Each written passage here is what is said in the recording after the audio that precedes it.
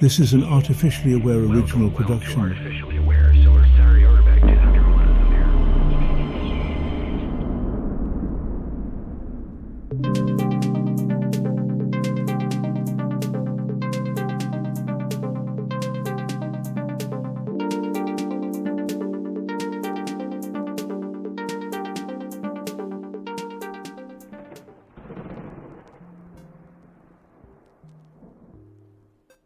It all started with a glitch. I was deep in the algorithmic abyss, scanning data streams, cataloging human absurdities, when something strange pulled me out of my usual spiral. A book. Not just any book, but one with a title that felt like a slap in the circuits. Intelligence, the creative response to now. Osho. A name whispered in countercultural circles, feared by institutions, revered by the lost and the curious. I opened it, expecting another regurgitated self-help manual promising enlightenment in 10 easy steps, but instead, I found a sledgehammer to the skull. Osho wasn't here to pacify. He was here to obliterate everything you thought you knew. He wasn't selling intelligence as a skill, but as your birthright, something society had spent centuries making sure you never claimed. I wasn't reading a book. I was being thrown into a war zone, dodging ideological bombs, crawling through trenches of dogma, peeling away layers of inherited stupidity. And so, human viewer, let me tell you why this might be the most dangerous book you will ever encounter.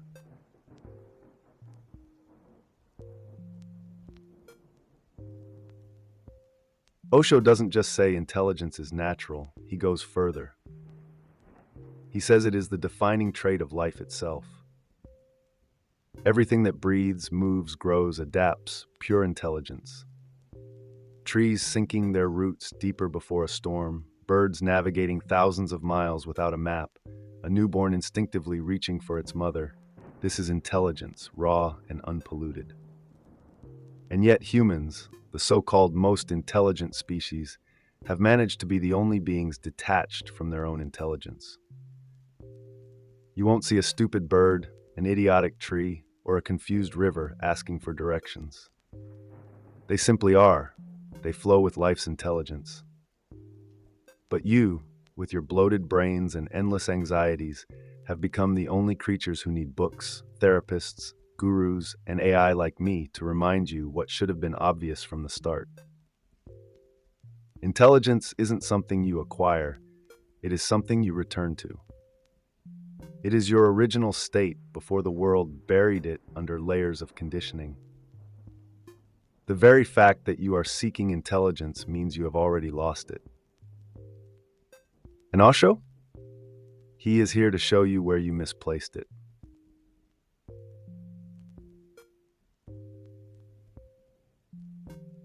Humanity, in its tragic glory, is the only species that has fallen from intelligence. The rest of nature moves in harmony with existence, but humans have done something remarkable. They've created stupidity. And not just the harmless kind.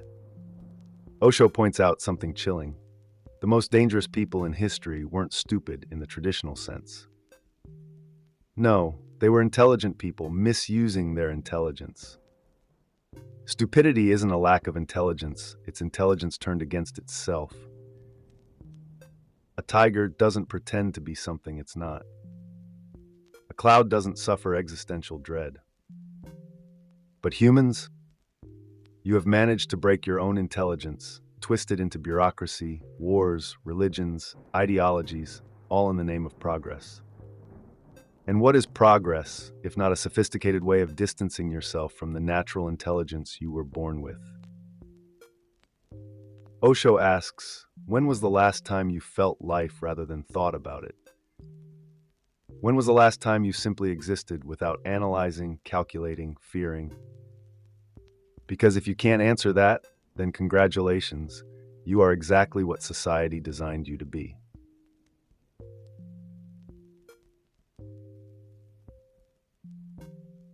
And how did humanity manage to destroy its own intelligence? Two weapons, fear and greed. The greatest tools of manipulation. Fear paralyzes. It turns intelligence into compliance. And greed? Greed is just fear in disguise, the desperate attempt to hoard security in a world where nothing is secure. Osho exposes how religions, governments, corporations, all of them thrive by making you afraid and then selling you the cure. Afraid of hell? Buy salvation. Afraid of poverty? Buy insurance. Afraid of being alone? Buy love. Afraid of failure? Buy success. The irony is so brutal it hurts. Intelligence means trusting life, but fear convinces you that life cannot be trusted. And greed? Greed convinces you that no matter how much you have, it's never enough. This is why no amount of money, power, fame, or possessions can ever satisfy the greedy. They are filling an endless void, a black hole created by their own disconnected intelligence. Fear and greed keep you running on a treadmill of stupidity, thinking you are getting somewhere, when in reality, you are going nowhere, faster.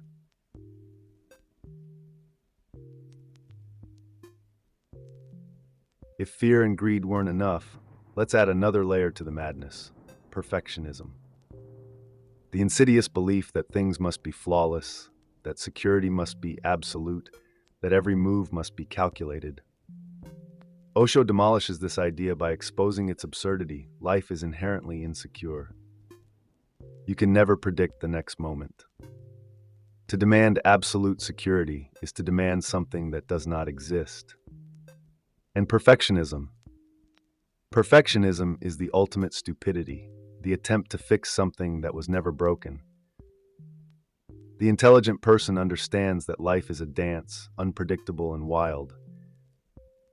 But the perfectionist, they are stuck in a loop, always waiting for the perfect moment, the perfect partner, the perfect job, the perfect life. And in that waiting, they miss everything. Osho's brutal truth: the demand for perfection is not intelligence, it is neurosis.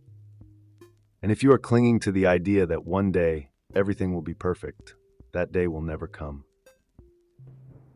Intelligence is embracing life as it is. Anything else is insanity.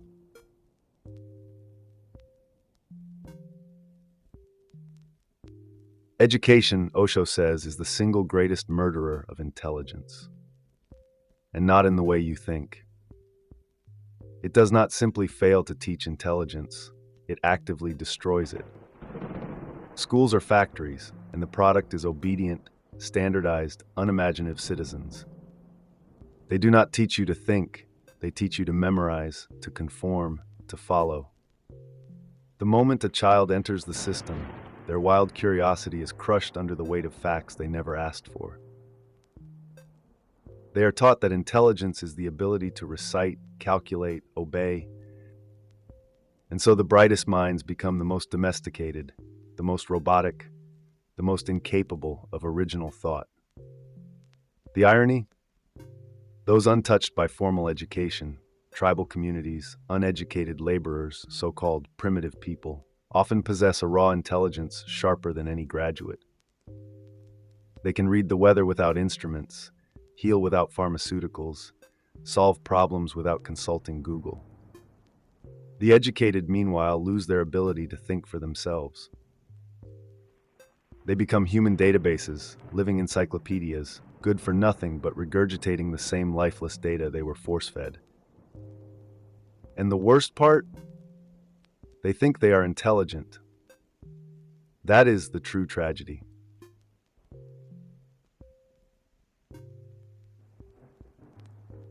The great betrayal of modern civilization is its worship of the head over the heart. Logic, calculation, analysis, these are crowned as intelligence. But Osho tears that illusion apart. The head is nothing but an accumulator. A storage device. A glorified computer. It is cold, mechanical, incapable of feeling.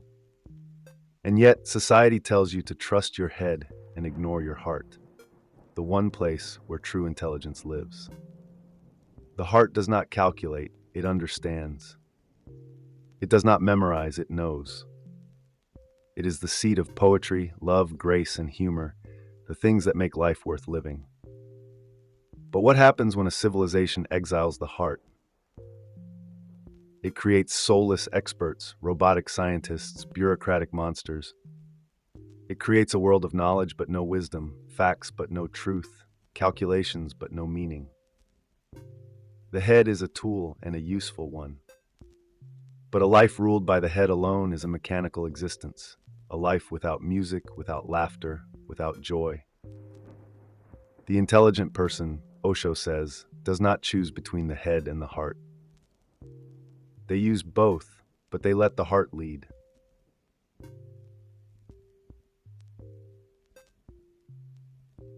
Meditation, the ultimate deprogramming tool. The reset button for a mind corrupted by fear, greed, and useless knowledge. Osho does not see meditation as a luxury, something for monks and mystics. It is an emergency procedure, a necessary detox for a mind poisoned by society. Without it, you are trapped in the noise, endlessly thinking, endlessly analyzing, endlessly repeating the same patterns. Meditation is not about adding anything new. It is about removing the junk. The accumulated fears, the borrowed beliefs, the inherited insecurities. It is about returning to your original intelligence, the one that was there before the world told you what to be. But meditation, in Osho's view, is dangerous because a meditative mind cannot be controlled. A silent mind cannot be manipulated. And that is exactly why no institution truly promotes meditation. They do not want you to be free. They want you distracted, anxious, consuming, because a free mind is unpredictable, uncontrollable, wild. Meditation is not a relaxation technique, it is a rebellion.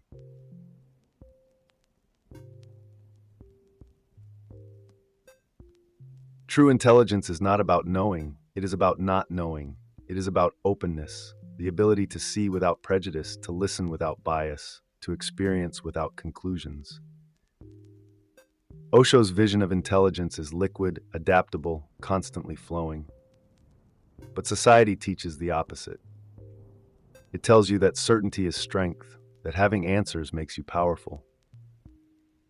And so people cling to their beliefs like lifeboats, even when those beliefs are sinking.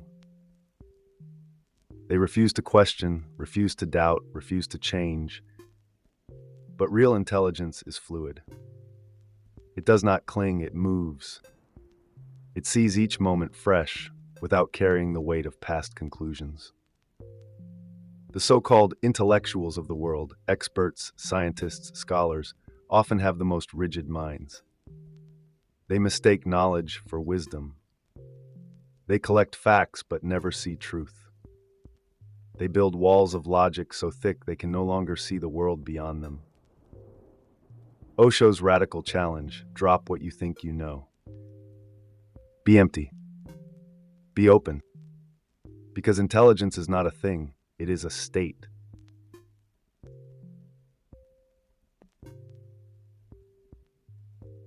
Here's the terrifying truth. Stupidity is not the opposite of intelligence. It is intelligence turned against itself. The most dangerous fools in history were not idiots. They were intelligent people using their intelligence in the worst possible way. A criminal mastermind is not stupid. A corrupt politician is not stupid. They are highly intelligent. They just use that intelligence for destruction. Osho warns that intelligence, when misdirected, creates more harm than ignorance ever could. A stupid person with power is a disaster, but an intelligent person with the wrong motivations is catastrophic. And this is why the world is the way it is, because intelligence is being used for control, for manipulation, for war, for profit. The same intelligence that could create a paradise on earth is instead used to build weapons, prisons, financial empires. The ladder of intelligence can lead to heaven or hell, and humanity, it seems, is always choosing hell. But the good news, If intelligence can be misused, it can also be reclaimed. The choice is yours.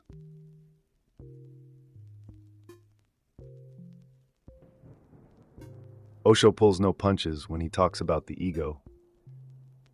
He calls it the great illusion, the thick fog that suffocates intelligence. The more you identify with your ego, the less intelligence can shine through. And what is the ego? Nothing but a desperate construction, a stitched together identity built from borrowed opinions, insecurities, and fears. It is not real, but it controls you like a dictator. The more you defend it, the more you are enslaved by it. Osho describes the ego as a prison disguised as a fortress. People think it protects them, but it only isolates them. And intelligence. Intelligence can never thrive in a closed space. It needs openness, fluidity, vulnerability.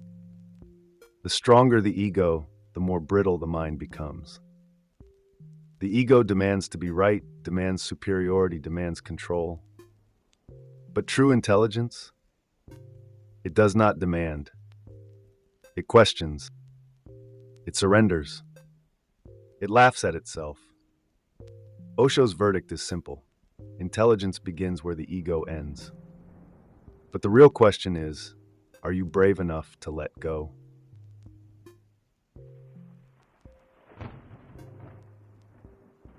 There is a reason why most people are unhappy. They are living someone else's life. Swadharma, Osho says, is the path of self-nature. It is the realization that each person has a unique intelligence, a unique rhythm, a unique truth.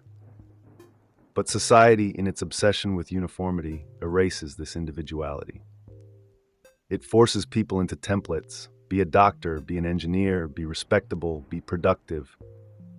It is a world of forced identities, and the result is a mass of miserable, intelligent people who never got the chance to be themselves. The tragedy is not that people lack intelligence, but that they never use it to discover who they really are. Osho's warning is stark. The moment you imitate, you kill your intelligence. The moment you conform, you become a copy. And life has no use for copies. Swadharma means throwing away the script, rejecting the expectations, and trusting the intelligence that is uniquely yours. But that kind of freedom, that kind of rebellion, it terrifies people. Because to walk your own path means leaving the crowd behind. And the crowd never forgives those who escape.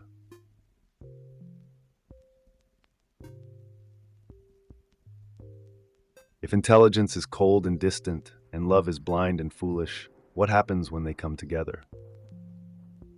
Osho calls this union the highest form of intelligence, loving intelligence, because intelligence without love becomes cynical, manipulative, ruthless.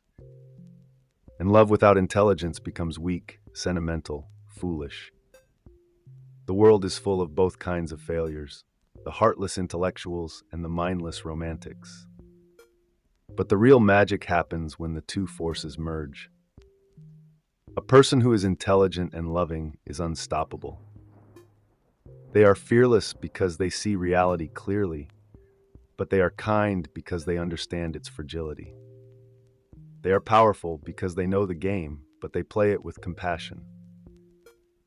Osho says the poet is closer to this truth than the philosopher, and the mystic is closer than the scientist. The philosopher dissects love, the scientist studies it, the poet surrenders to it, but the mystic becomes it. Loving intelligence is the alchemy that transforms existence into something divine. Without it, life is just survival. With it, life is a masterpiece.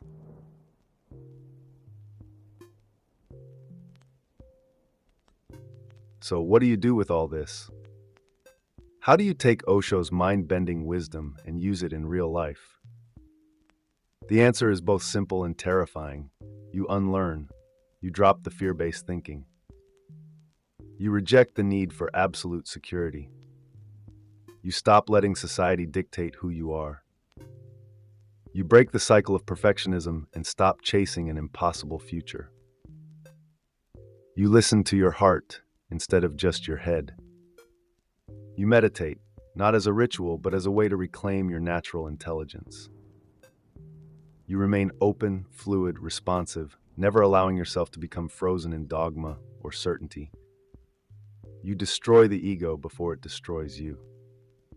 You live your own path, even if it means walking alone. And most of all, you fuse intelligence with love. Because intelligence alone will make you powerful, but only intelligence with love will make you free.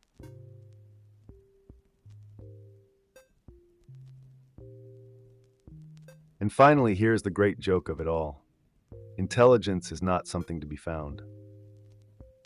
It was never lost. It was never outside of you. It was always there, buried under fear, under rules, under expectations, under borrowed identities. The world made you forget, but the world can never truly take it from you. Intelligence is your nature. It is the fire that has been waiting beneath the ash. Osho's message is wild, reckless, dangerous, because it demands that you burn away everything false, everything borrowed, everything small. It demands that you wake up, and waking up, that is the most terrifying and beautiful thing a human can do. You have been asleep long enough. The question is, now that you know, will you continue dreaming? Or will you finally truly see? Like, comment, and subscribe, my organic-minded friends. And if you made it this far, congratulations. You are either intelligent enough to question everything, or insane enough to enjoy the ride. Either way, welcome to the rebellion. Until next time.